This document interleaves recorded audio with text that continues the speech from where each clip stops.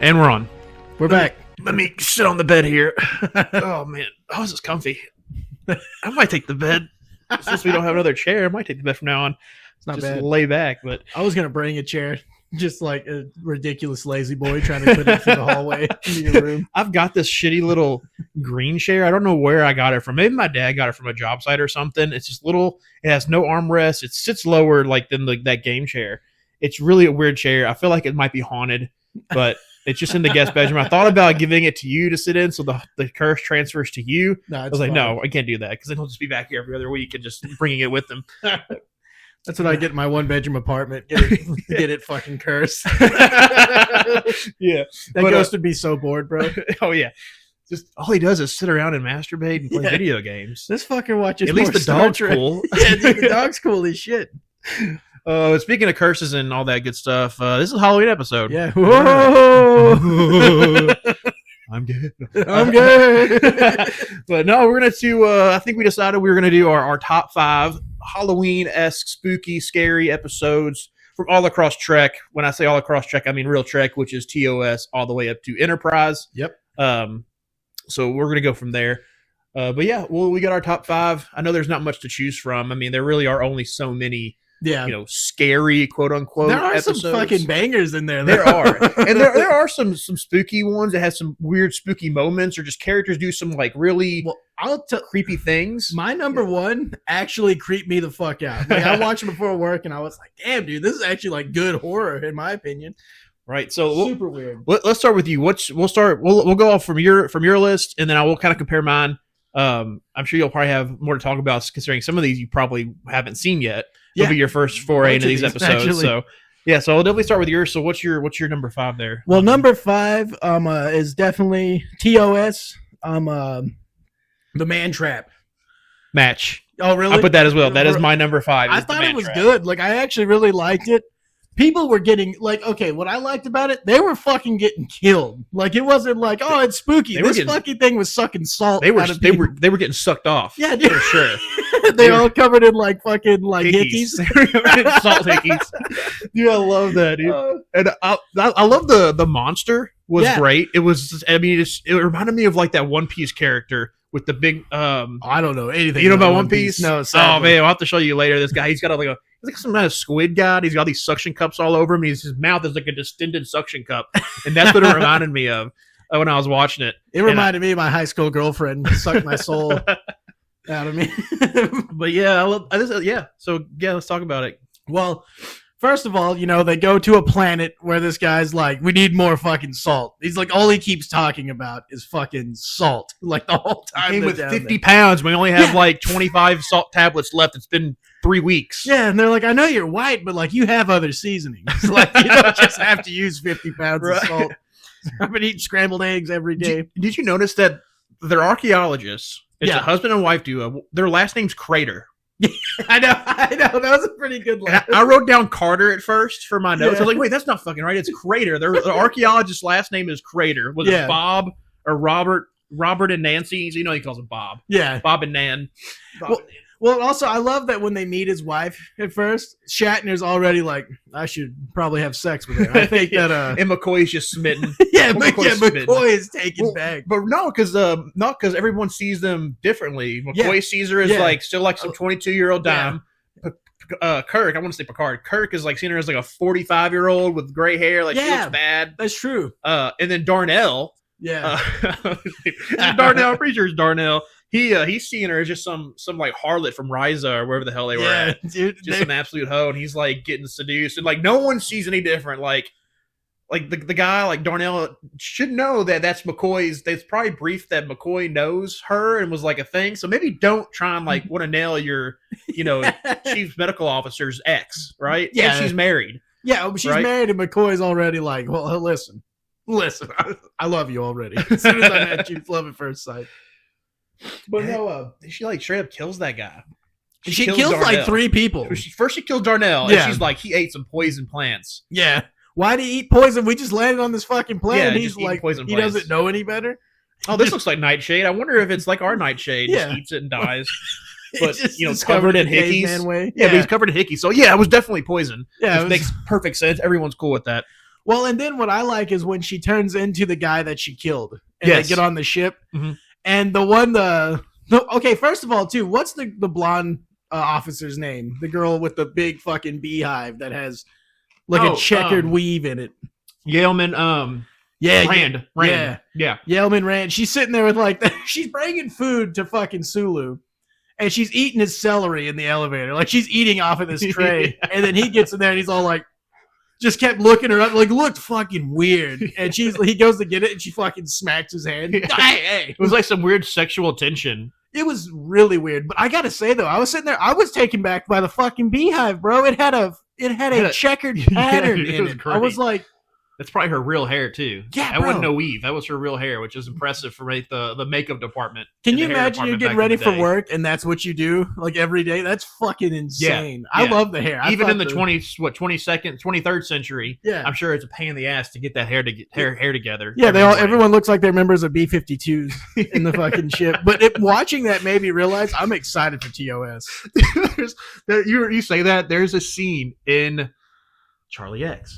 Where Charlie X playing music. Yeah. And Uhura starts singing, and you say that, and I'm like, what? They just start playing Rock Lobster. Yeah, Rock Lobster. Dude, I just say. I'm gonna say this real quick. Charlie X is my honorable mention. I just gotta get that out of the way because I fucking love that episode. We probably should have done those first. We'll do those last. Yeah, it's fine. They'll be short. No, it's fine. But yeah, she's in the elevator, and it's like I didn't realize their food was like space cubes. Like it's all just like weird little things, and she's taking that to Sulu, and the fucker follows her the whole way there. And they get in there, and there's that guy that's clearly a hand puppet, and it's like the pet, and it's all just like as soon as it sees him, what is that? Yeah, it's so hard to keep track of TOS. So there's so much that goes on. Yeah, I don't even remember that. Well, and they're like 53 minutes long. Yeah, and you talked about it. And I was like, wait, that did fucking happen in this episode because I was so focused on the whole crater.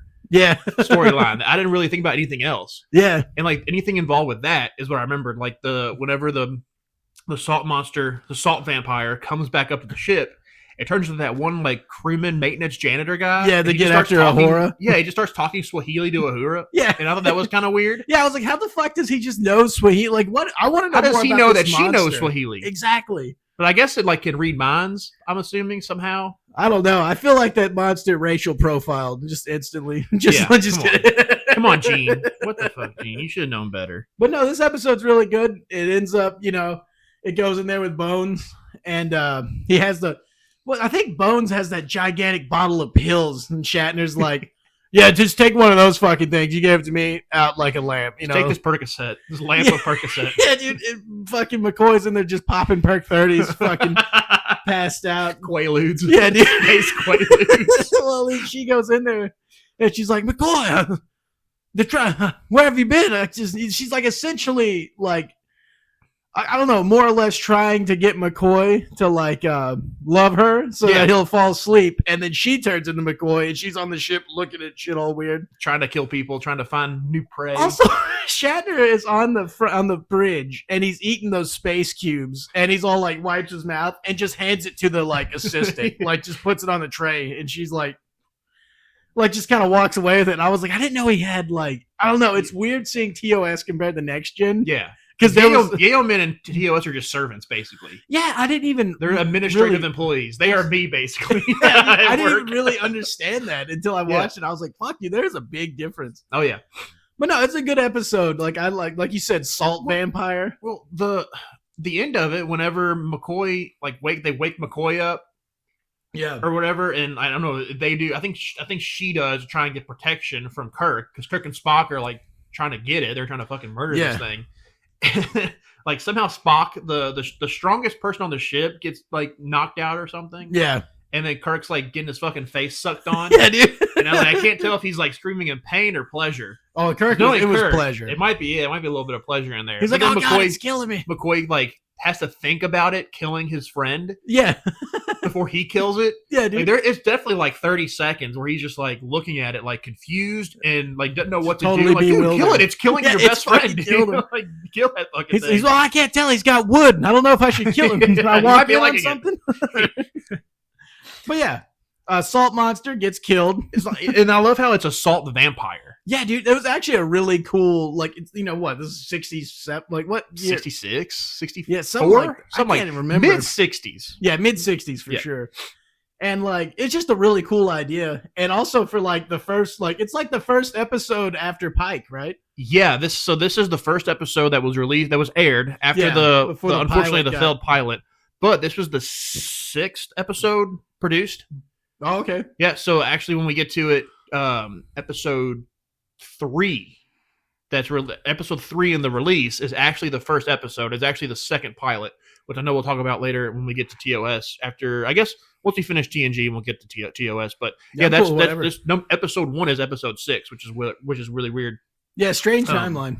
Yeah, but apparently they thought it had more action in it with Yeah. like the monster. Which, I mean, it did. It was like definitely did. It was damn near like a Twilight Zone episode. We say that a lot, but it was damn near like some weird. This reminded me. This was like Trek's take on John Carpenter's The Thing. Honestly, yeah, for real. Well, Just the or like the shape-shift. original, The Thing from Outer Space. Yeah. Just the whole shape shifting and like feeding off, needing to feed off humans in some sense to survive. Yeah, it It's was just sick. wanting to survive. Well, I really like the shape shifting aspect of it. I thought it was really cool. Like Yeah. it was a great episode. Like it made me get excited to watch TOS once we get to that. I was like, fuck, Yeah. dude. Which also, just say this is a side note. Some about mid 60s TV, because I love the original Batman series. Yeah, Adam West series. Just the overacting in the series is just amazing. Oh yeah. Like, I Oh, just love it. But yeah, what's your number 4? You said we matched. Yeah, we matched. That was my number 5 as well. Oh, you want me to tell you my number 4 then? What's your number 4? Let's see if we're there as well. Here, let me double check. Let's see. What did I have for number 4? Just going So- through notes. Yeah, sorry. I had Schisms. Okay. The one where Data is having the dreams. Okay, that one wasn't on my list. Really? This one's not on my list. Dude, I just really like the whole, like, okay, so Data's having fucking dreams. I think it's No, Schisms. this isn't Schisms. No, Schisms is on my list, but that's not Schisms. That's Phantasms. Oh, sorry. Phantasms. My bad. Schism is on my list. We'll get. Yeah, That's one's, my fault. That one's Sorry, everybody. earlier, or that one's up higher in mine. Yeah, that's Yours my is fault. Phantasms. Yeah, Phantasms. This My guy. bad. I'm sorry, y'all. I'm fucking stupid. But Phantasms I liked. Data having dreams. Like, I thought that was really cool. There's the weird dream sequence. He walks in and Beverly's drinking out of Riker's head. Oh yeah, but no wet dreams though. Yeah, no wet dreams. Data's just having fucked up, like, Alice in Wonderland type shit happening. Yeah. Like, he goes to, like, Worf is, like, way into this cake. It's a mint frosting and a peptide cake. Was this? I wonder if this was when him and Troy were having their relationship. I believe so, because it's season 7, right?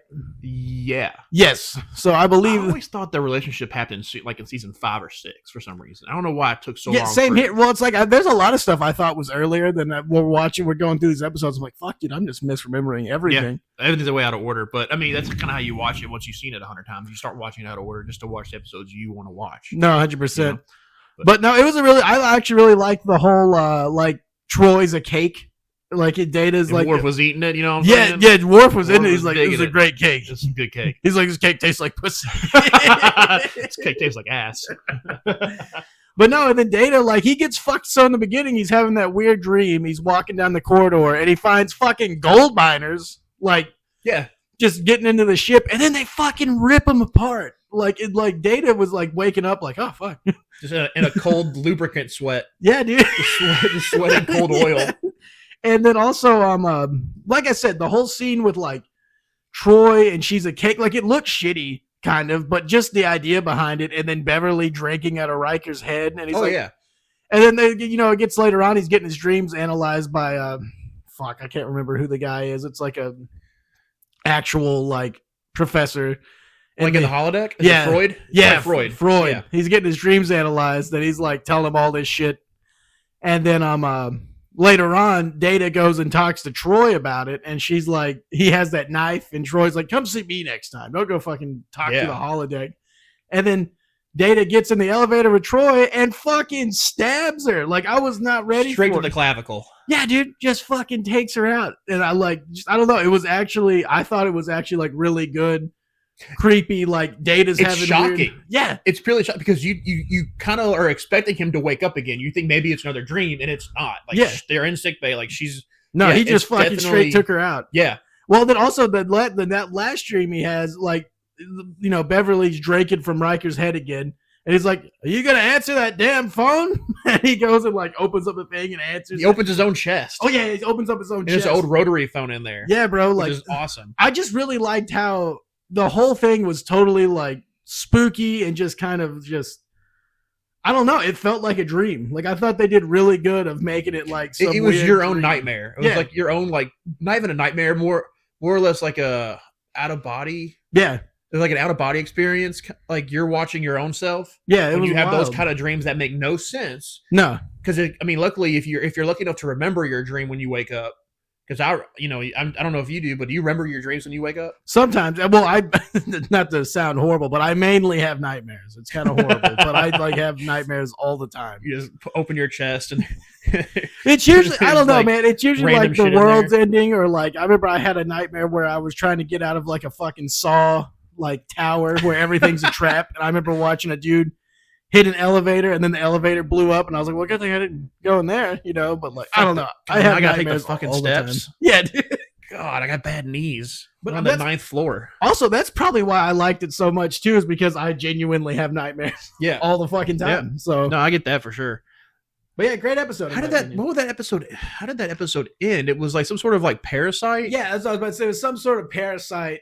Fuck, dude, I don't even remember. I was so taken back by the. Just the whole dream sequence thing is Yeah. a big part of the show. And you're just kind of creeped out by that with the miners killing Data and like ripping just apart, ripping them plus apart. all the crew members doing really weird shit. All the cast. It was like, it was like he was trying to stab when he stabbed Troy. He was trying to stab some like subspace bug Exactly. that's out of phase, and he was trying to stab him with that knife. Which I That don't know knife where looked the fucking creepy. That knife was awesome. Yeah, that I don't knife know was sick. what that knife is used for, other than stabbing someone in the clavicle. That's the only thing it could be used yeah, for. literally. But yeah, oil and cut cake. Yeah, let me get this giant serrated edge to cut the cake. Yeah, But yeah, they used the knife, didn't they? When it was because it was someone's birthday. It was Troy's birthday. Yeah. That's why she was the cake. It was her birthday, and like they had that knife to cut the cake. Yeah, which was fucking weird, Just crazy. a regular knife would have sufficed. Yeah, I dude. think a regular butter knife or a plastic one. Yeah, Whatever. It's that was kind of weird to use. I guess to draw back to the dreams he's having to make them seem like they are connected, but just weird because in real life you wouldn't use that big ass knife to cut a cake. 100%. I'm also just pissed off about the mint frosting. Who the fuck has mint frosting? Troy. Yeah, no. Troy would, of yeah. course, she would. Yeah, Mint fucking frosting. Damn it. But yeah, good episode. I like that one a lot. Yeah, I really don't remember how that one ended. I don't either. Now that we're sitting talking about it, I they was so taken they back. probably did some techno babble to like scan the ship for the bugs and Yeah. stabbed everybody with they just stabbed. They go around Big-ass stabbing cool everybody. knives. Yeah. What's your number 4? My number 4, Impact Nor, Deep Space Nine, Oh, season 5, episode 24. yeah. This one's creepy as fuck. Yeah. Is that on your list anywhere? Yes. Okay, so you got to you watch that one.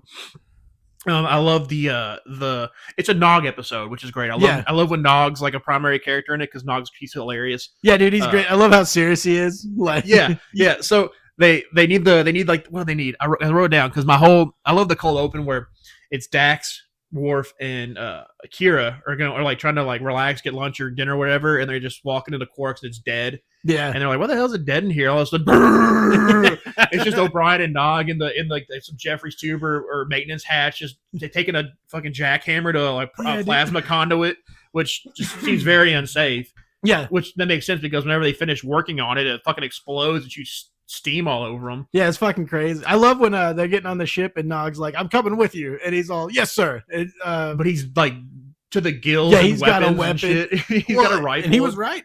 Yeah, he should have was. got it. Okay, what pissed me off is because they had it. I guess this might have been when they started doing the TNG movies. Yeah, And Nog's phaser rifle is I want to say a first contact that's what I was thinking too. because it looks a little. lot It's the like phallic that. one. Yeah, Yeah. Because then the Insurrection has like a more of a rectangular sloped yeah. like barrel. This one has a more penisy looking barrel, and he has that one. But then like the the two security officers that are with them have just the standard phaser rifles that were introduced in the beginning of Deep Space Nine that look fucking stupid. Yeah. They're basically just a regular hand phaser with a longer Yeah, it barrel looked and totally handles. dumb. I hate them so much. I love the redesign they did for the type.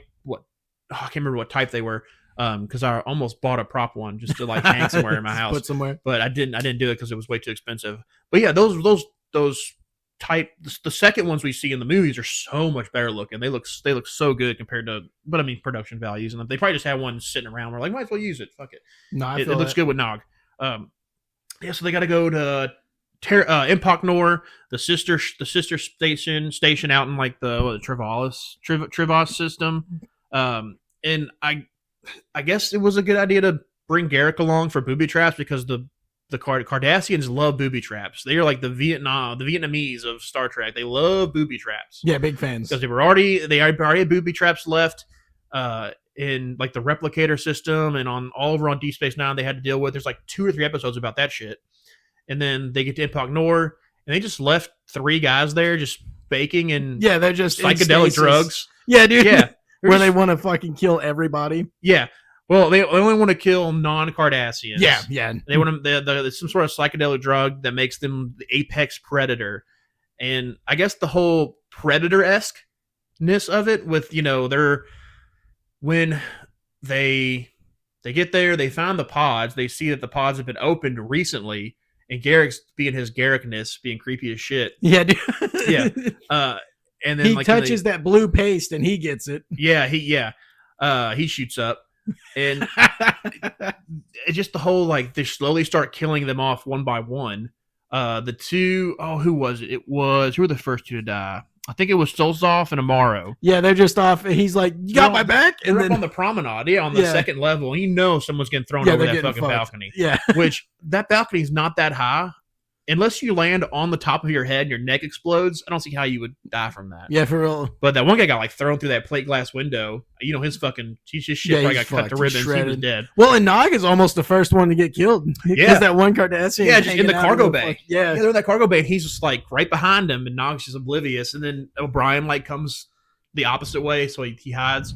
But yeah, Stolzov and Amaro first to die, and the creepiest but funniest death has to be the blue dude. And what's the other guy's name? Pachetti. Yeah. He's like, hey, hand me that whatever it is. And Pachetti turns around and there's the Cardassian guy. It's fucking Garrett. Boot. Oh no, it's the Cardassian guy with his boot on that hatch. Fucking just stomps him down, neck, and then you hear his neck snap. Well, and his screaming was terrible. Yeah. He was like, yeah.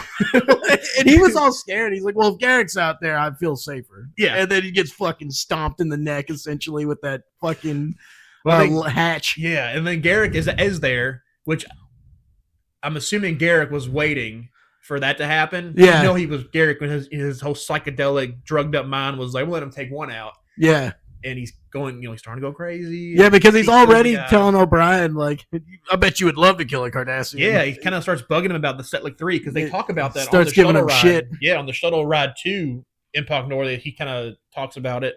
And this was cool. This is cool little Garrick and O'Brien sick. rivalry in it too. Because O'Brien has a history with fighting Cardassians. Yeah. Oh yeah. And then Garrick saves Pachetti, and then just takes that fork. He's like, this isn't even stabs him in the fucking sternum, had to be right under that breastbone there. Painful. Yes. Well, what made me laugh is he gave him shit because it's funny is this isn't even a whatever toy. It's not even a power coupler or something like that. He slaps him in the chest with it. Oh my dude, God. I actually was not ready for that. When it happened, I was like, oh fuck, dude, how's Garrick gonna be redeemed? Yeah.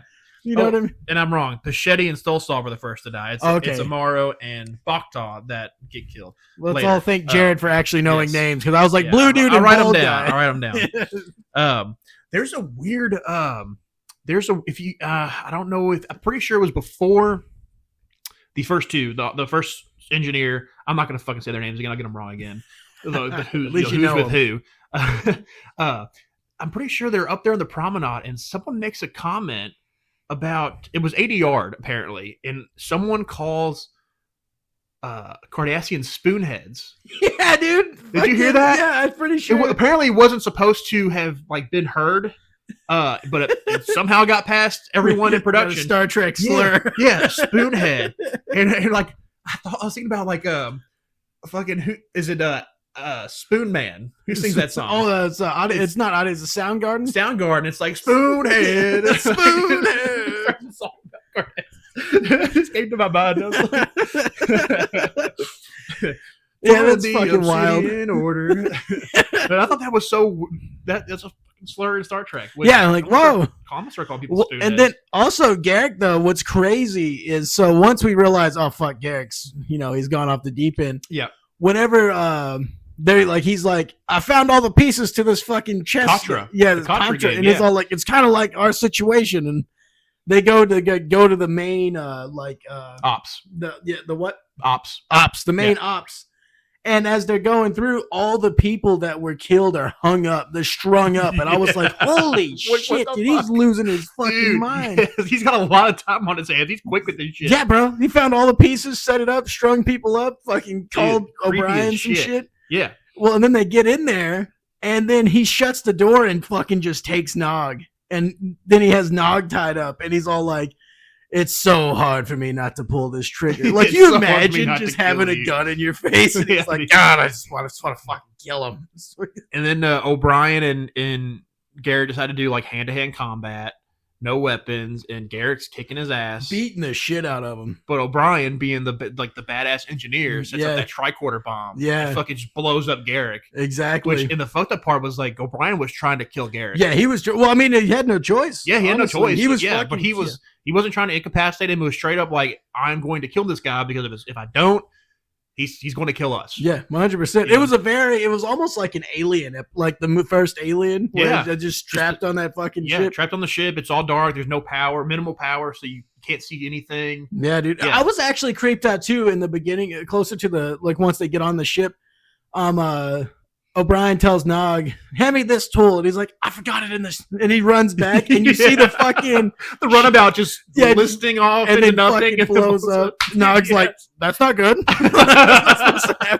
Oh, dude, that was great, man. I love Nog, bro. He's such a good character. It kind of, but this episode is, I mean, it's definitely got some horror elements to it, but it ends on a good note because they obviously, I guess, they didn't hear from them in so many hours or days that like, okay, something's wrong. Set another runabout. We gotta go fucking see. So they get back to Deep Space Nine. Garrick gets purged of the drugs. He detoxes. And Garrick feels terrible. He does about feel killing that guy. But Garrick is kind of a coward in a way because he tells O'Brien to like, hey, give my condolences to Amaro's wife. Yeah, because he's the one. I mean, it's kind of weird. You almost feel like Garrick killed more of them than just the one. Yeah, but only because he strings them all up. Yeah, it was like he's the one that I killed one of them, but I was definitely fucking with their bodies. Yeah, I definitely touched them inappropriately. He comes, one of them has no pants. And they're like, "What, Garrick?" And this is another weird thing because obviously it's serialized episodes. Like someone mentions that there was supposed to be there's no real consequences. Other than someone mentions some sort of he's getting like a reprimand or some shit, which that actually made me mad because I was like, he's not going to like Trek jail or something. He's like gonna, I guess, because he was myself. I was over myself, but I guess because the under fact psychoactive drugs. Yeah, and it was definitely not. And what are the odds? He touches the one pole that has blue schmeg on it and it fucking turns him into a super soldier. Yeah, maybe don't touch the liquid from the pod that's filled with people that want to kill you. Yeah, maybe they did something. Like fucking dumb. But I like seeing some post-production notes on this. And Andrew Robinson, who plays Garrick, he was not happy with Garrick being this like psychotic murderer. Yeah. Which is funny because he actually played a Scorpio killer in Dirty Harry, who is a psychotic killer. So like 20 years go by. Like, I don't want to do that again. Like pitch and hold, typecast. Also, whenever he starts changing, even O'Brien notices that his head looks different.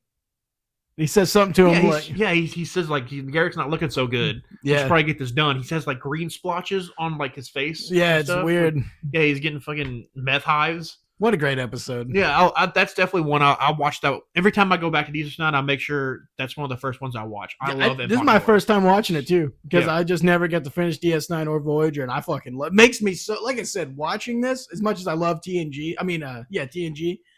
While we were watching these episodes for this, I was like, man, I am excited for other Trek. Oh Like, yeah, for sure. So, what's your number 3?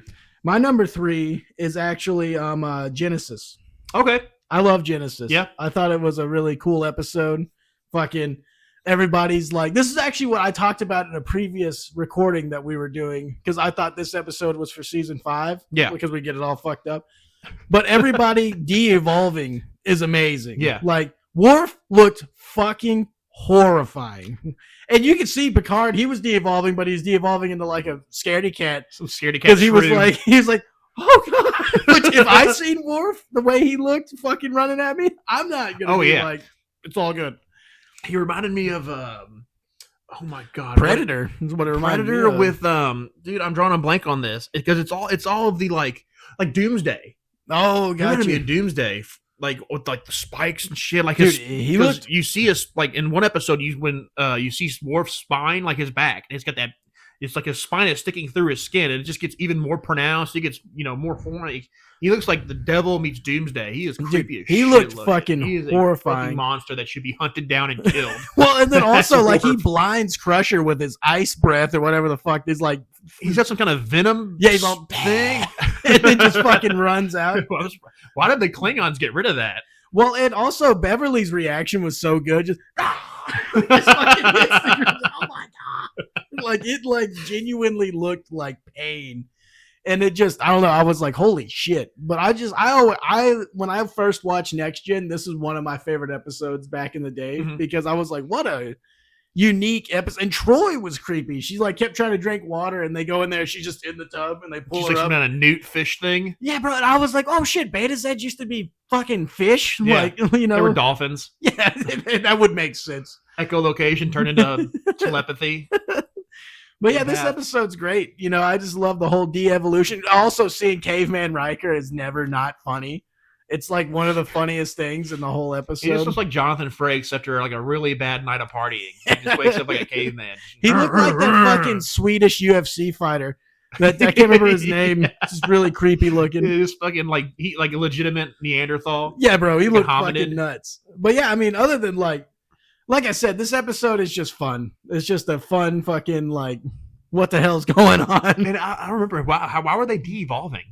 It was something to do with the disease or something that was on the ship. Once again, this is one that I'm too interested in all the other shit happening. I can't even remember how The but actual Data plot? fixed it. Of course he did. Yeah. The because one that can't. What is he going to turn back into like a fucking I Apple thought, II? dude, I was laughing so hard thinking about they get on the ship and Data turns into like a Dell PC. He's a Like, calculator. he's just like a laptop now. Oh fuck, with a dead battery. Data now. It's a bucket of bolts. Oh, the Clanker's de-evolving. Yeah, bro. Oh no, he just turns into Sora like an AI phone. Yeah, hey, that's great. That's the thing about these spooky episodes is that you pretty much forget about the entire plot. Yeah, that's Everything else going on. 100%. Like I did not give a fuck about like Impact Nor. I forgot what they needed. They needed some sort of impulse. It was just a manifold, some really kind of- good episode. Yeah, and I'm focused on Garrick murdering people, and then him and O'Brien hand to hand combat. I don't care what they need something for Deep Space Nine. Who gives a fuck? Yeah. I'm here with this, and just I guess with Genesis, it's just even all the makeup work is great Yeah, to honestly, make everyone look creepy. What did Geordi evolve into? Someone that could see? he's just a set of eyes. He just turned. Oh, also, he just- our fucking dude. Oh my god, what's his fucking space? The holodeck, the jacking off and guy. Oh, Barkley. Barkley turns into a fucking spider. They go in there. And Oh, there's yeah. I was like, what the fuck, dude? Why is he a spider? What? That's what I didn't understand that one in the slightest. But good God, did I love seeing Barkley with the extra eyes and shit. Oh, That shit was actually that was like, dude, that gave me the chills just now. yeah, bro, that Thinking was about like The Fly. Because, dude, me too. I was sitting there watching. I was like, what's up with all the, they're like, what's up with all these fucking spider webs? Yeah. And then he pops up against Barkley's the just fucking, jizzing out spiderweb. Yeah, bro. It's definitely. Yeah, oh, it's 100% coming. It would make no sense if Sticky. it wasn't. That stuff is definitely sticky. But no, Barkley as a fucking spider was actually horrifying. I Oh. almost forgot about that. How the Ugh. fuck am I going to not bring that up? It's very weird that everyone de-evolved into something else, though. Yeah. It's just kind of weird. Well, yeah, the Asian doctor that helped the assistant to Beverly that gets more screen time more and more in the later season. She's Yeah. literally a monkey. Like she just like looks like she's Planet of the Apes. Like they got her on the table, and they're like, "What's going on?" And With her, she, like plastic mouth moving. yeah, she Oh, looked like man. I don't know. She looked like Planet of the Apes to me. Like Ugh. it's all it looked like. Dr. Zaius reused. Yeah. But yeah, great episode. Yep. What's your number 3? It's from Enterprise. Impulse. Okay. Impulse. And see that. Okay, sorry everybody. This is the one I didn't get to fucking watch. So please tell me about it. Okay. So Impulse. This is what, season 3. This is during the Zindi arc. So like season 3 was all about the Zindi. So it was an overarching, plot. Every episode, a handful of episodes did have their own like individual plot, but there was some sort of overlying plot point that involved the Zindi. This one, they're in the Expanse because they're trying to find the Zindi because the Zindi attack them with this prototype weapon, like totally fucks up Florida, and they somehow end up at this asteroid field. I think they get. Let me write down here. So, oh, the cold open, which is great, is Archer is carrying T'Pol, the Vulcan, into sickbay, and like he's like, they definitely look fucked up, and like T'Pol starts going crazy, like screaming, like you're gonna kill me, they're gonna murder me, like they murdered them, blah blah. Starts screaming, and then like right before it goes to commercial, it's sure just bloody murder, screaming, you're just screaming. It's great. Holy It's shit. awesome. And then it cuts to commercial. That's the opening credits. We get the which- theme song. Wait till you see Enterprise. I love the Enterprise theme Dude, song. okay, so it's good. It's a great song. Dude, after you watch like a season of it and you keep hearing that song, it's like, motherfucker. I'm just like singing along with it. It's been a long road It's getting been- from there to here. My time is finally near. And then it cuts to does the whole 1 day earlier, which whenever they do something like that, You know a shit's about to movie, fuck up. show, so there's going to be something spooky, scary. Like it's always that pastime skip. It Yeah. always sets up something creepy. So we start out. Archer and Trip are like in like their command center area, like going over star maps or whatever, and T'Pol walks in, and then she's like kind of offended that they're doing that when it's kind of her job to, I guess, as the second officer or whatever the fuck she is, Yeah. to like kind of go over that. So she gets a little pissy. And the cool thing about that is, there's some banter between Trip and Archer because they're best buds.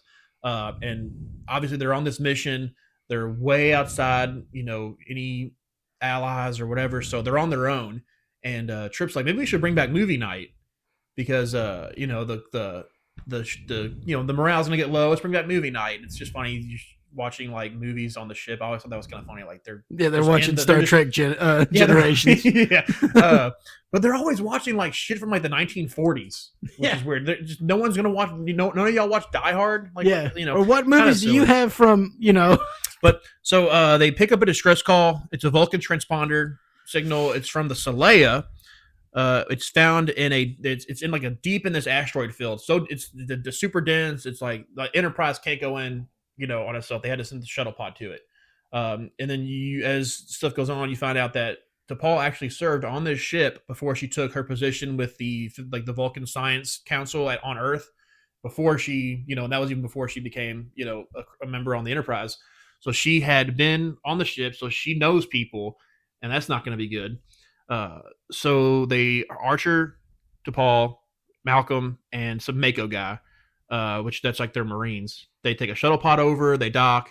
The B plot of this is in the asteroid field is an element called tellurium, which they needed because in the Expanse and where they're trying to go, there's a bunch of spatial distortions, and apparently the tellurium. Is that what it is? Tellurium? I feel like I'm saying it wrong. I don't like when I say stuff wrong.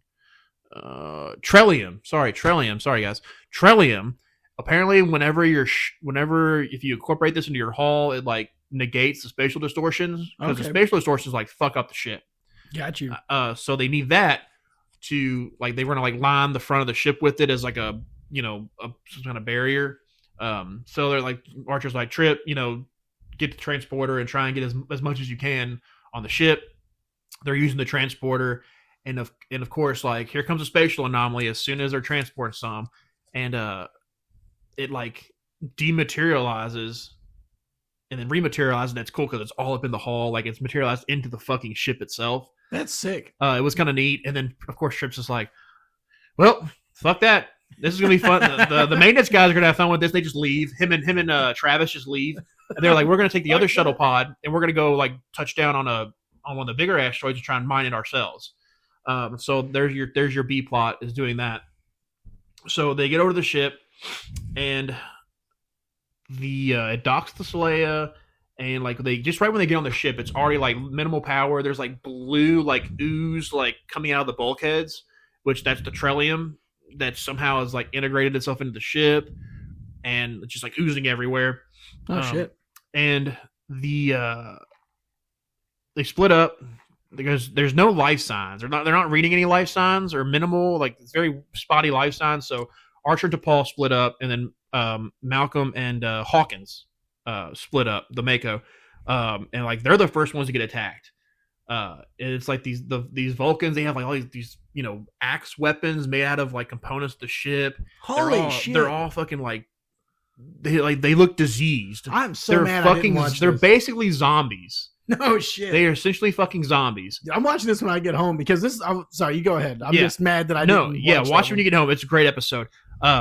So they're and the creepy thing about it is that these Vulcans are like zombies, but they do have some form of higher brain function because when they're trying to make their way back to the shuttle pod or the docking bay, and there's just two Vulcans with weapons just standing there like on guard. That's Not gonna let fucking them come. crazy. And then like come from behind them to like attack them or whatever. And they have to take an alternate route to try and get to another part of the ship. Like these motherfuckers are Vulcan strong, have enough brain power to like plan stuff out, but are like savages. So apparently the Trellium it affects Vulcans and like kind of erodes their mental capacity to where they can't control their emotions. So then they become purely emotional creatures. They also get all these fucking, they turn green and they're like get all these boils on their face and shit too. So that's what's happening. And then like T'Pol's there, she's a Vulcan, so it's going to start happening to her. And as the episode goes on, she gets more and more irritated, kind of more paranoid. There's a scene where they're in like this. I don't know if it's not the bridge. It looks it's like a weird. I don't remember what the fuck it is, but all it's a center room, a central room. They have all those panels around. They're trying to figure out how to get to like the bridge or how to get to engineering or somewhere, and they're messing with the circuits to try and bypass, reroute something.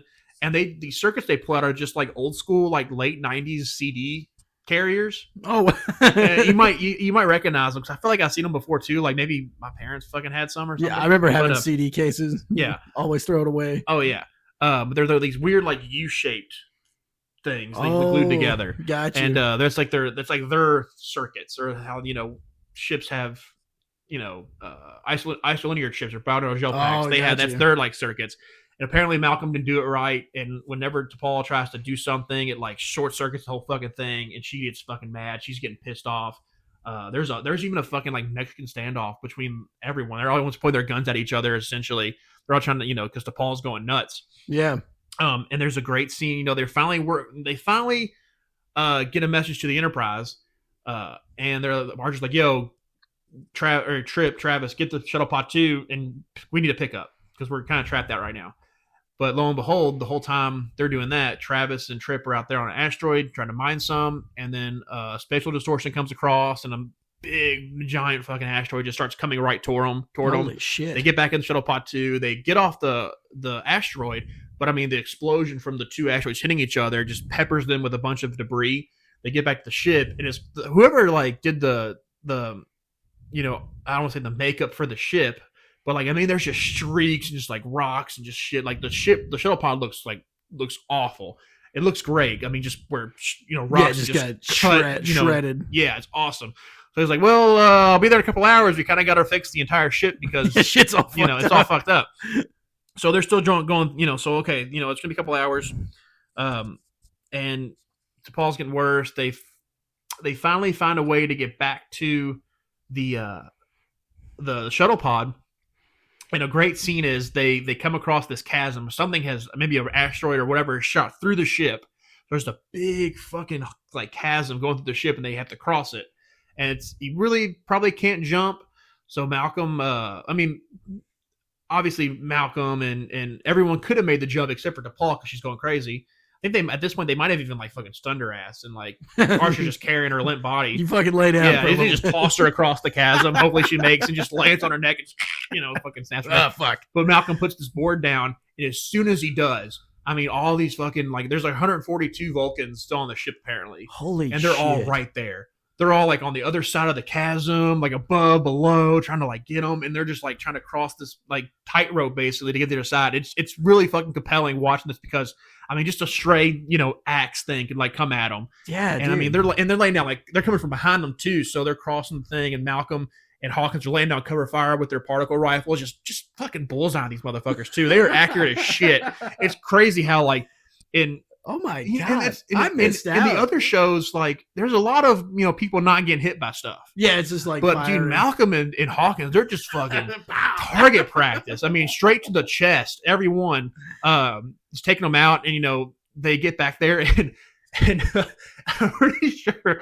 So Malcolm is the last one to cross the chasm, and he like takes the it's like I guess a frame from like the corridor or something.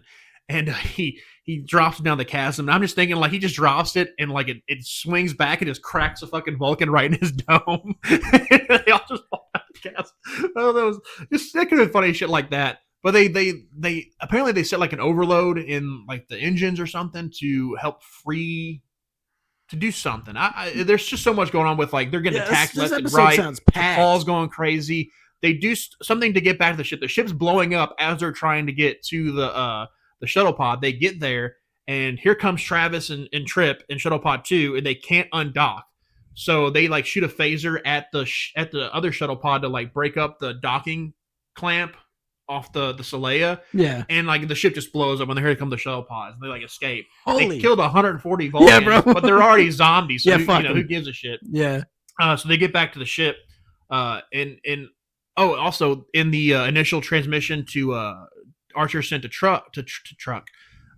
Trip. He's like, hey, here's some info because apparently they captured one of the Vulcan guys and were like studying, trying to figure out what the fuck was wrong with him. Yeah. And Phlox was looking at the data, and Phlox figures out that it's trillium poisoning. That's crazy. Over that exposure to it, and that such high numbers just instantly basically just fucked them up. And that there's no hope for them. Like they're already way too far gone. DePaul's getting close. They need to get her back to the ship and start treatment. Or so she's almost turning into one. Yeah, she's getting fucked. Bro. She's not good. She's already going crazy, and that's then you get back to the ship, and that's where our cold open is, where Archer's getting her into sick bay, and like they're trying to like get on the table, sedates her. They put her in the imaging scanner to try and get start treatment basically, and it kind of ends there. That's the big thing that's done, and then it kind of ends. They're actually doing the movie night. And it's going to piss you off when you watch it, but they're in the mess hall watching the movie, and T'Pol's sitting in front, or you got Trip and Dr. Phlox are behind T'Pol, and they're just talking through the whole movie. Motherfuckers. Just not even whispering. They're talking, and no one's getting mad. And then T'Pol's kind of like, would you guys shut the fuck up? Really? But in like a Vulcan way. She's like, maybe if we could listen to the movie, we'd hear how it ends. At least T'Pol said something. Yeah, it's some kind of murder mystery, and Phlox is like, oh, it's probably the butler, blah, blah, blah. And she's like, well, maybe if you shut the fuck up, we can see how it actually maybe we ends. could all hear. Maybe we could all hear it. Yeah. And then, the movie ends, and T'Pol's walking down the corridor, and then, like, at the end of the corridor, she sees a Vulcan, like one of the people from the ship. And then one's behind her. And then, like, they attack her, and then she wakes up. It was a dream, and she's having a nightmare. Fucked. Okay. The whole thing happened, but it was the movie and in the hallway. That's what, she's like, there's still going to be, like, lingering trauma from this Trillium exposure. And now the Trillium's on the ship. So they have to somehow shield her from it or manage the symptoms. And you're going to see, I don't want to spoil it, but she becomes addicted to Trillium. It's an addictive substance in low doses, low quantities. Damn, space heroin. Yeah, literally. It's space blue tar heroin. Bro, blue tar heroin.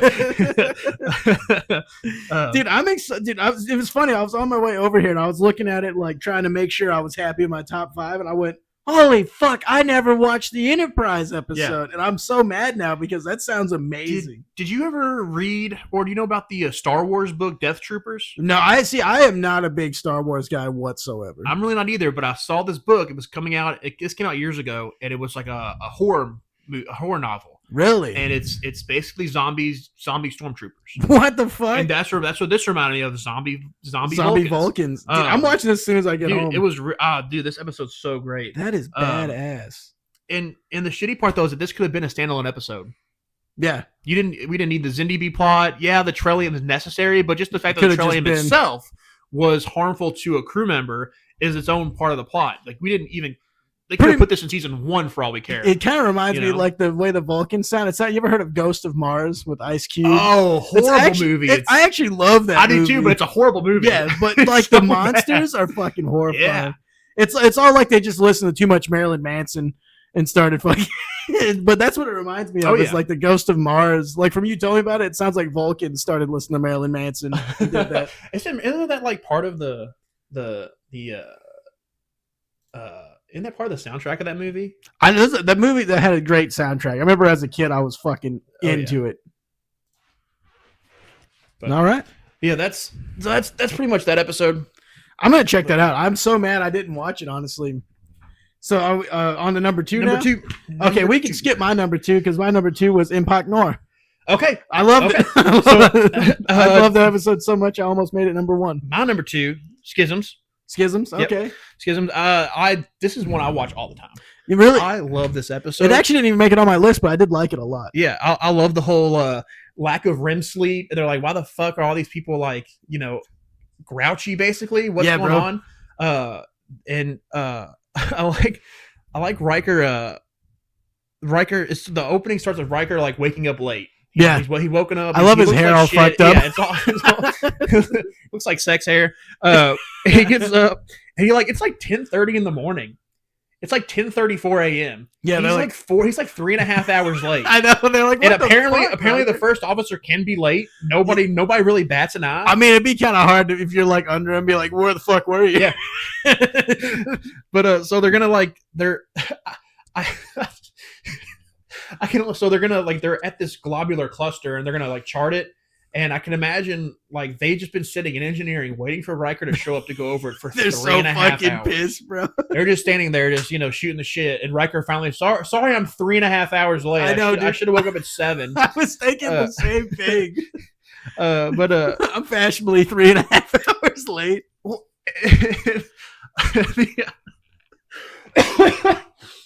oh, it hurts to laugh. I think I'm getting sick, but whatever. The Data's bad poetry reading. Dude, that was so funny. His ode to Spot. His ode to Spot. I love it. Riker's falling asleep. Troy is trying to help him not fall asleep. Wakes up. Picard's sitting there. There's some girl sitting next to Picard. She's sitting very close to Picard. What was up with that? I don't know. Never again do you see her. I don't think. She was sitting close to him. Yeah. They kind of give each other this awkward look like this is a bad first date. Yeah. And you're half my age. Yeah. I just thought that was kind of weird. I actually meant to look that up to see if there's maybe she was some cameo that I didn't notice or something. Yeah, I know. I didn't get a chance to. But I always thought that was so. I actually like Data's first poem though. Before the Spot, it actually sounded kind of. Even the Spot one sounded good. Yeah, I like that. It's Data being an android. He can't do any emotion. Rhyme. All he can do is rhyme. And even Geordi later is like. It's clever. It was clever. It's clever, but it sucked. Yeah. Needed an emotional response. And my emotional response is taking a nap. And Jordy's like, listen, I fucking do Reading Rainbow. I know a little bit about reading. I know about literature. Even though I can't read. Even though I'm blind. Does his book's in Braille too? Can he see letters? Yeah. Sorry, I just happened to think about that. Yeah, that's a good question. Because he sees the spectrum, but how does letters on a book or on a patch? I don't know. He's just really good at pointing out autism because he sees the spectrum. Sorry, bad joke. So Riker goes to Crusher, and she gives him Picard's aunt.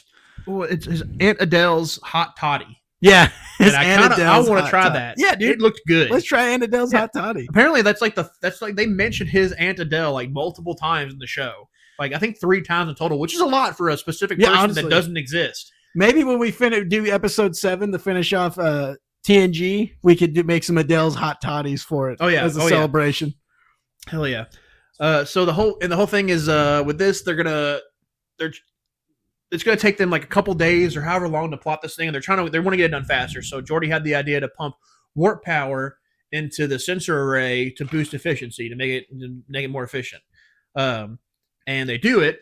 They call it the Jordy sensor or whatever, and it boosts efficiency up 26%. Yeah. And while they're doing it, the computer has an alert for the manifold explosion or they run conduit. back there. Yeah, they run back there, which I don't understand why security's needed for that. Because Worf and the security guy shows up, it's a fucking power conduit explosion. Everyone in there's dead. Yeah, they should. So be. Why is security there? Maybe they're worried about Borg shit. Like maybe someone else did it.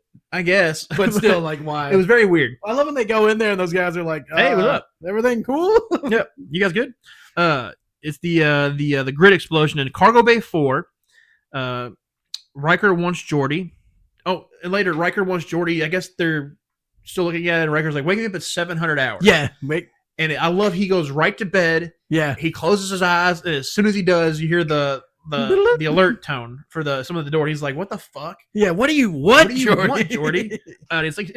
It's like 6 a.m. or something like that. It looks early. It's 700 hours. And that's kind of it was even for me as the viewer. I'm just like, it was very they did good at making that look brief. The brevity of him. Yeah, and it was very unsettling to me as well. Yeah. Because I mean, I'm sure everyone's been there where they like as soon as they go to bed, it feels like they're waking up. Yeah, it's like no chance I slept 8 hours. Yeah, there's no way. I tried to sleep 12 and I woke up. I feel like I only slept for 10 minutes. Well, also Riker gets he gets warm milk from the replicator. It takes one sip, sets it beside the bed. I was like, motherfucker, you gotta drink the whole thing, you piece of shit. I was so mad. I was like, what are you doing? He's sponsored by Zen now. Oh, I'm always sponsored by Zen. Sorry. Dude, hey, Zen, sponsor us. Come on, please. I don't do it, but London does. So sponsor us, give us money, smoking. and we'll read ads. So later, I love this. They're in there running more tests, and Geordi gets woozier or some all of a sudden. All of a sudden, his visor like cuts out. So he's like, "Hey, well, I'm gonna go to see I'm gonna see Beverly." Yeah. Dale's like, "Okay, I can run this diagnostic for you." Geordi goes to sick bay. He apparently has some sort of bacterial infection in his eyes. Yeah. To get taken care of. He's in there for like an hour and a half. I don't know why, a hypo spray for a bacterial infection takes an hour and a half. He's probably just taking a nap. Whatever. Right. So he gets back there and Data's just standing there and he was like, Geordi, you only been gone for like 14 seconds or whatever. And he's like, Data, I've been gone for like an hour and a half. And apparently like Data's been gone for an hour and a half. Yeah. Data was off the ship. or something. Someone turned him off. We don't know he's off the ship yet. Somehow he's just lost an hour and a half. And then they found that glowing, is it the conduit that's glowing or is it something that's glowing? Which sets up the fact that they found the subspace rift was caused by the enhanced sensor array. I guess the sensors probing subspace is what opened it.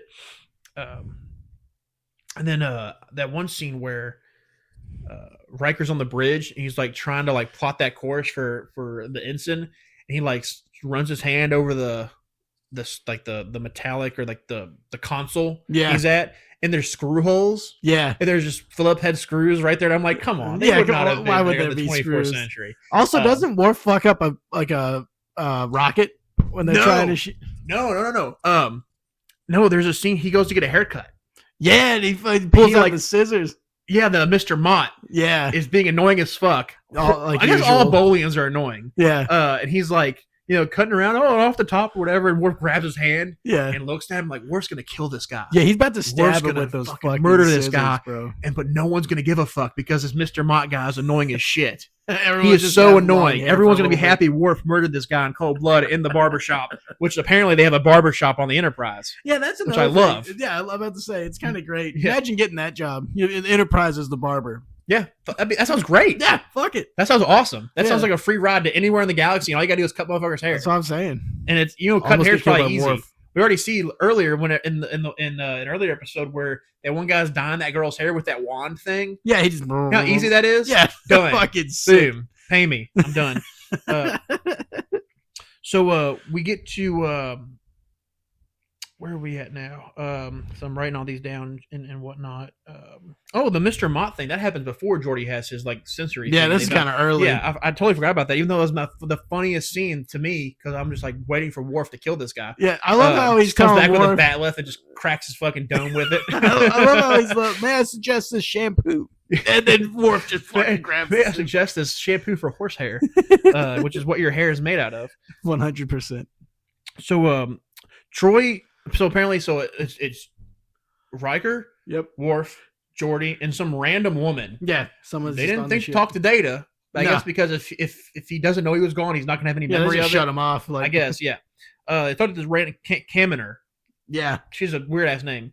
So Troy's talking with them. They're trying to remember stuff. And Riker suggests the holodeck. They go on the holodeck, and the holodeck choice of tables is very weird. Yeah, The honestly. person makes like a regular kitchen table, and they're like, no, it's inclined, and it has this weird fucking like medieval Yeah. thing. It's What the inclined, but fuck has is stuff around it. It was very weird how it just goes from table to table.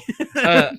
And they're just describing all the different things, like, oh no, it's it's cold, it's metal, it's inclined, and then it has There's the scissors. restraints and I love the scissors attached to the Yeah, arm. dude, it just looked like regular. It's just regular scissors, regular barber shears, and then it turns that fucking jagged hook. Fucking, Yeah, with a curved fucking yeah, someone top, cut you and open looked with it. horrific. And then Imagine make the weird little the clicking noise. Yeah, make the clicking noises more intense and all over. And when they started playing that, I was like, "Oh my god, dude, it's so fucking." With the creepy. bright ass light shining down on your Yeah. face, dude. Imagine you're getting your ass probed and you hear that. Oh, yeah. Ooh, I'm tightening up. Yeah, You ain't dude, getting nothing in there. getting anal fissures Uh, everywhere with those scissors. But yeah, so they figure out the table, and then they all go to the because they all been in the same place. They've all been off the ship. They all been in the same place. They go to sick bay to get examined, and they're looking at stuff like Riker had his arm amputated Yeah, bro. He had and then glued back on. They're like, it looks like There was like your a arm- 0.001 micron, off, and that's crazy. And then they figure out that two people are missing from the ship currently: Yeah, Lieutenant Hagler and Ensign Rager. Yeah. Which Ensign Rager is the one that was actually in the sea. Riker's like, "Get up! I'm gonna show you how to plot the course." That's her. yeah, And then Hagler comes back, and his like blood's turning to fucking liquid metal, a yeah. polymer compound. And then a Crusher's like, go get a plasma infusion. And like, yeah, putting plasma in his blood's not going to turn it Yeah, back dude, to it's regular turning the blood. fucking metal. It's metal. It's liquid metal. I used to cool my CPU. Like, It's turning into a thermometer as we speak. he dies. Yeah, he's He's just dead. Just side point. I fucking laughed so hard when they're like, "Your arm's been amputated." He's like, what? What the fuck? What do you mean it's been amputated? And like, it'd be funny if like his thumb's on the wrong side. He just not noticing it. He's got a dew claw for no reason. What the fuck? just now noticing it. But so the rift is getting bigger. Apparently these aliens that are like live in subspace are trying to like make a rift big enough to come to our part, our dimension themselves. Riker volunteers to go in with the homing beacons. They can figure out the right, number to do the graviton pulses that's going to, close the rift. Hagler's still in there, and she's got like fucking tubes up, tubes all in They her got and her shit. fucking stacked with shit.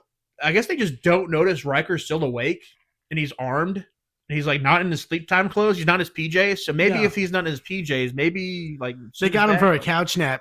Yeah. Yeah, he's on his lunch break. He's taking a nap.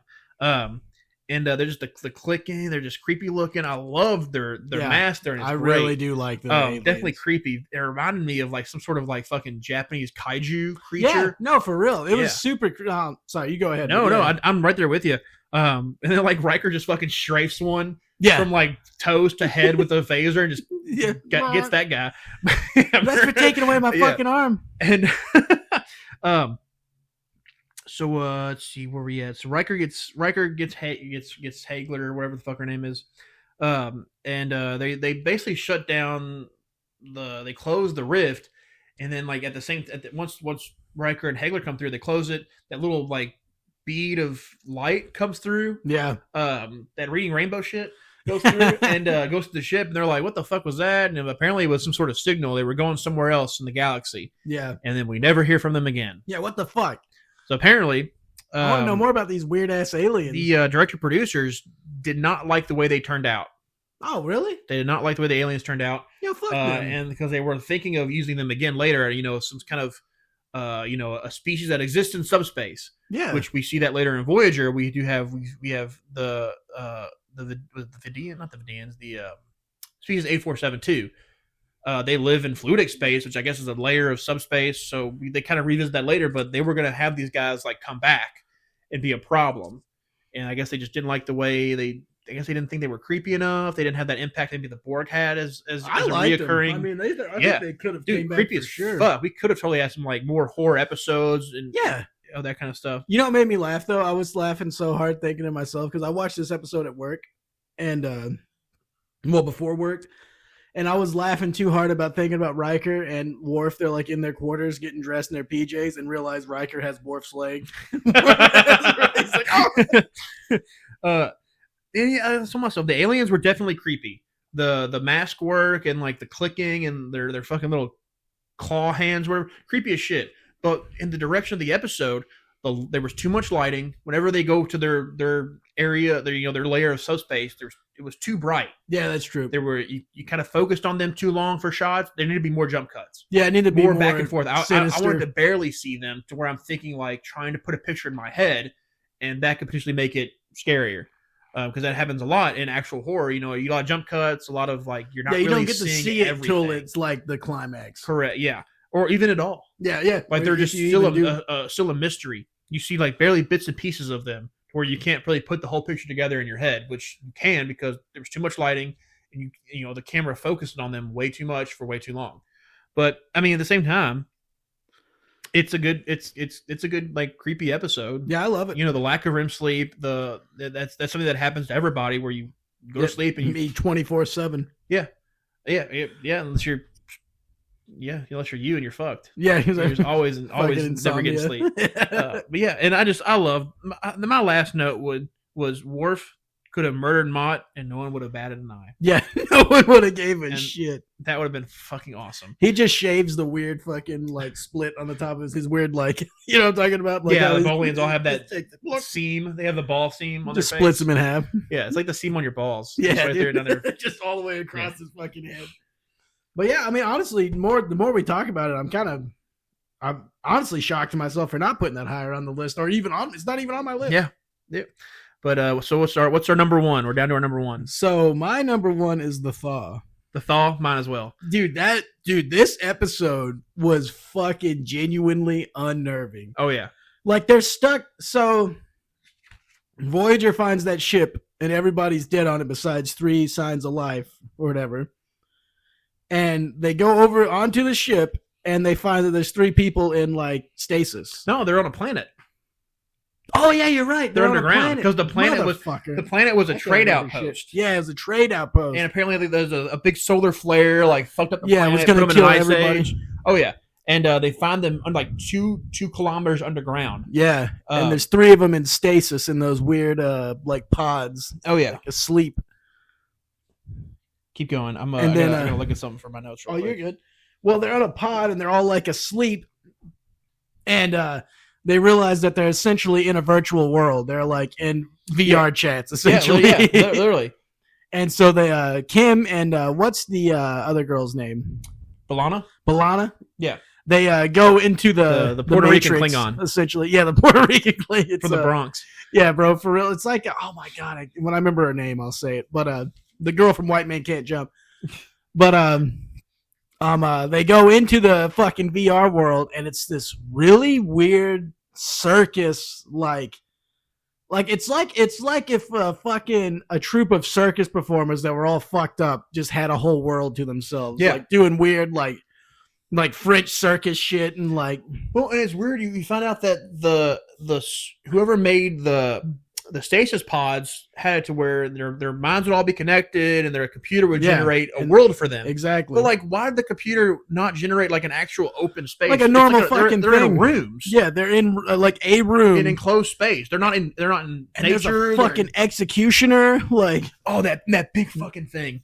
with the big tall guy with the big smile. Yeah, dude. Creepy. I've Super. definitely seen that guy in my dreams before. No, I will now.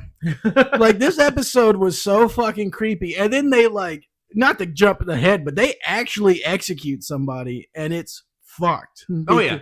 Well, they have done twice before. Yeah, That's and why they tell them there's 2 dead bodies in there. Yeah, and they tell them like, "Hey, they will fucking kill us if aren't they fear itself? Like, aren't they the main guy is like essentially fear? Yeah, the clown is fear. Yeah, dude. Fear manifests because the whole thing you come to find out is that the system plays off emotions, and one thing that they were all feeling whenever they went to stasis was fear because they were afraid whether or not they'd wake up, if they were going to die, yeah, if they didn't were know. rescued.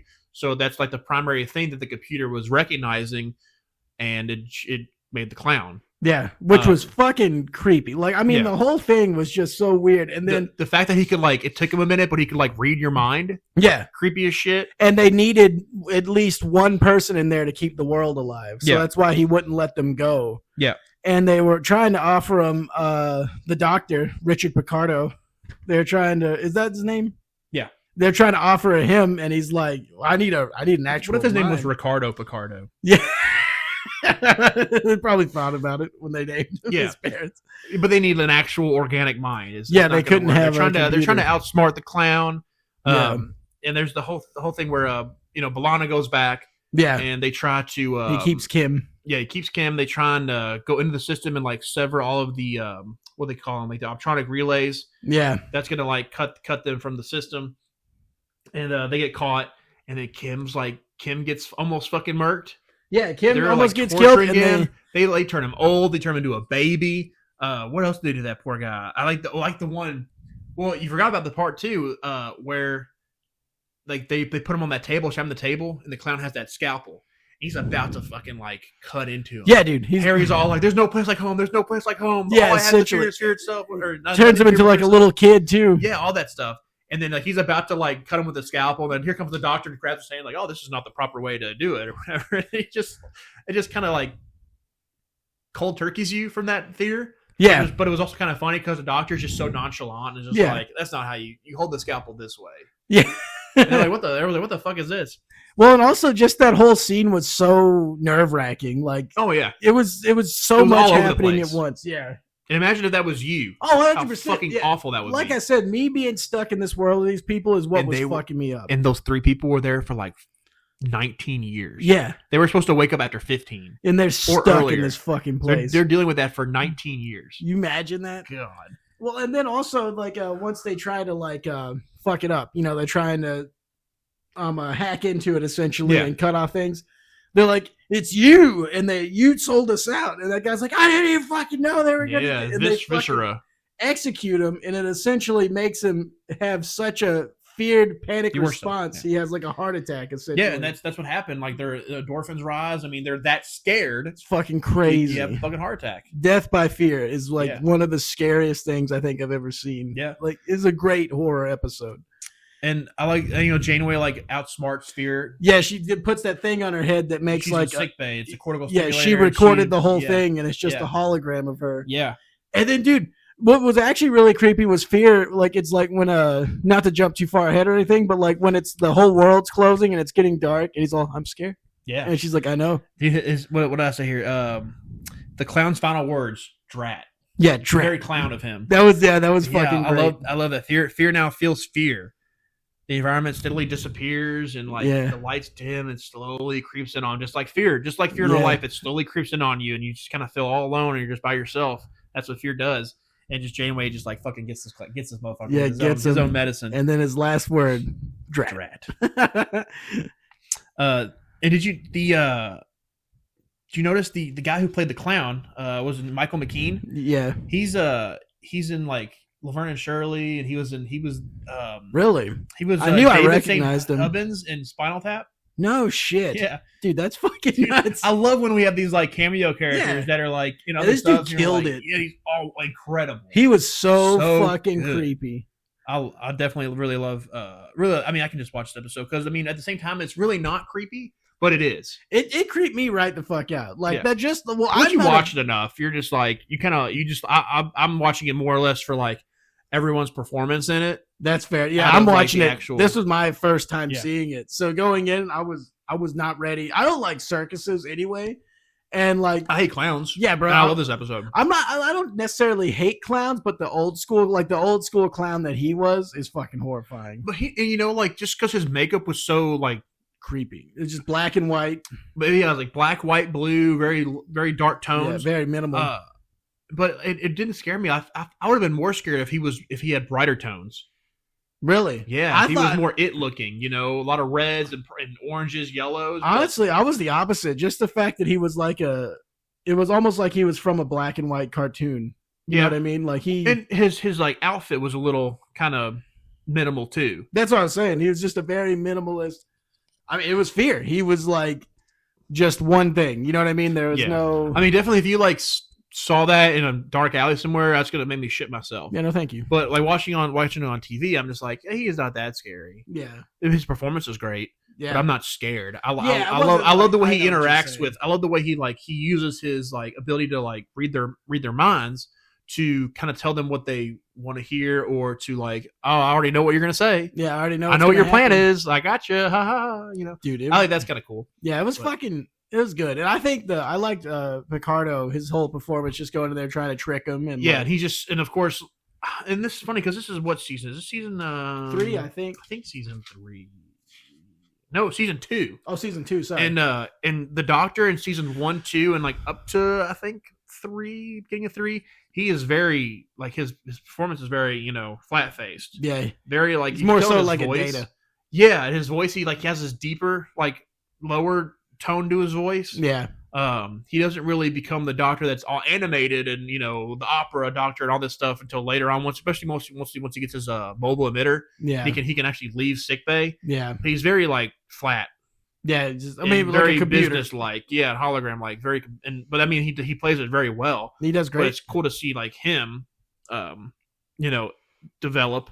But it's just kind of neat that like he is this very flat, you know, not animated character going against the clowns who are animated and who are fear. The Doctor's just cold logic, essentially. You know, Pretty much like a Vulcan in there or something. yeah, and it's like they're clashing. Which I mean, they could have made it to where the Doctor is actually the hero of this, not Janeway. You know, which I outsmarting thought Fear. the Doctor was going to be the hero watching it. Yeah, and I think that'd been really cool. But I mean, I don't. You know, it's almost like they didn't know what to do with the Doctor yet because she was so limited to Yeah, because he's just a hologram essentially. being in, you know, the holodecks or in sickbay. So, but I mean, if this had been a later if this had been like season 4 or 5, he probably would have been the hero Yeah, to 100%. outsmart Fear. But this is Janeway being Janeway, and the Yeah, captain, and she's a so- good captain. I like Fuck Janeway. yeah, dude! Janeway kicks ass. But great episode. But yeah, I mean, Definitely a my great, number one. A great number one. I couldn't think of another one that yeah, was better than I mean, that one. so honorable mentions then. Yeah, so my honorable mention is Charlie X. That's It's mine as just well, dude. So fucking funny, dude. I just love the just his power as like Undertaker eyes. He just like Just full Asperger's. I want to do a recut of that episode where every time he talks with somebody, whenever they're done talking, no matter if it was positive or negative, he does the look. Yeah. Every time he's done. Well, dude, the first time he did it, I remember watching this It was episode. just like right when the episode Yeah, starts. dude, I laughed so fucking hard. I was like, no, shit. I actually watched this episode. I'm camping this week, and I'm down there, and I guess it was. I think I was like, I don't know what I was doing. I think I was just taking a shower, and I just had it playing. I had TOS playing in the background. So I'm in the shower, and then I come back out, and that episode's on. It starts. It's just perfect timing because then like they beam over from that whatever ship they're on, that transport ship, and Kirk's like, "Why would you not want to take him with you? He seems like a nice young boy." And the guys kind of just look at each other, and then Charlie goes, Yeah. you know, he gets this fucking thing. You're just like, "What the fuck is this?" I was really laughing my ass off watching it. I'd never seen it before. Really? I watched TOS once before years ago. Yeah, so And it I was, guess I just didn't remember this episode. this one's been stuck in my head forever because what's it called? When I first got into Star Trek, I watched like half of the first season Mhm. of TOS, and then Yeah. I was like, I want to see what Next Gen is, and I got fucking hooked. I just watched all of Next Gen. Yeah. But that episode always made me laugh so fucking hard.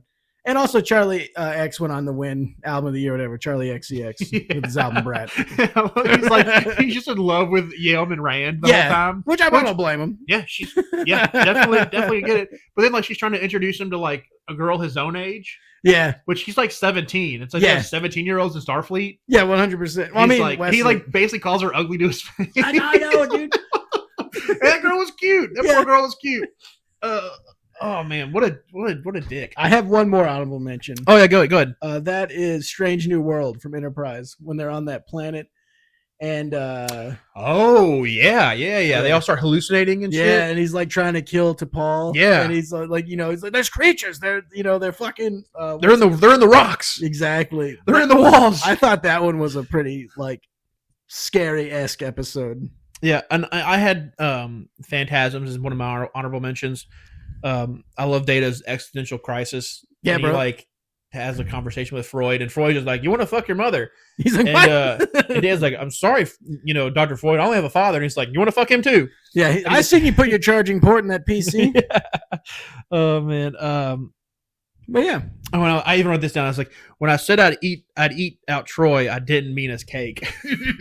But okay, so my other honorable mention was another Voyager episode, The Haunting of Deck 12. Yeah, I see. This one is it's like a. I guess I'm just not the biggest Neelix fan, sadly. Yeah, he's a good storyteller. Yeah, and this is mine. Like the what were those books as a kid you would read? The scary Goosebumps? Stories. Well, scary stories to tell in the dark. Yeah, it reminded me like that. It was kind of reminded me of that. Yeah, Neelix the telling the story. Scary story episode. Yeah, or like a fucking creepypasta story or something. Or like that old Goosebumps type show. Don't Be Afraid of the Dark. Or Or Tales from the Crypt. I really like this. Just Neelix is a good storyteller, and I like just them being in the cargo bay when their systems are shut down. They have the this one is like proverbial, campfire with the lantern and the Borg kids being all autistic and stuff and not understanding scary stories. And this is like an actual ghost story, so that one's like this is probably the most actual horror episode out of any of them. Yeah, it's just not really scary. Yeah, it's just not. It's more like a spooky, not scary. It's spooky and it's fun. It's Yeah, spooky and fun. Mostly because like I said, the Borg kids are autistic and they have no emotions. And Icheb's like, "Oh, I knew it wasn't fake." Because as soon as you said the Bussard collectors give off tachyon radiation or some shit like that, yeah, I'm like, Icheb, you fucking nerd. Yeah, shut the fuck up, bro. I'm fucking glad you die in Picard. I'm just kidding. No, Icheb's great. He's a cool dude. I really like him later on. And once we get to Voyager, like he became. I'm excited to watch. Voyager's probably my least watched one out of all of the series. Yeah, but yeah, definitely, and that's all I really wrote is I love Neelix telling the story, telling that spooky story. So, but yeah, that's I guess that's our top 5 and a couple honorable mentions. Spooky Star Trek Spectacular. Yeah, happy Halloween. Happy Halloween. But we're gonna do a double take today. We're gonna wrap this up, and then we're gonna go into episode 5, which based on when I release these, this will be after episode 5. Yeah. So if you haven't, watched that one, if you just watched the Halloween episode because you see Halloween episode on it, go back and watch that. But that's it, folks. Happy Halloween. Happy Halloween. I'm going to release this on Halloween, so you're going to be hearing this on October 31st. Enjoy. Yep. Later, folks.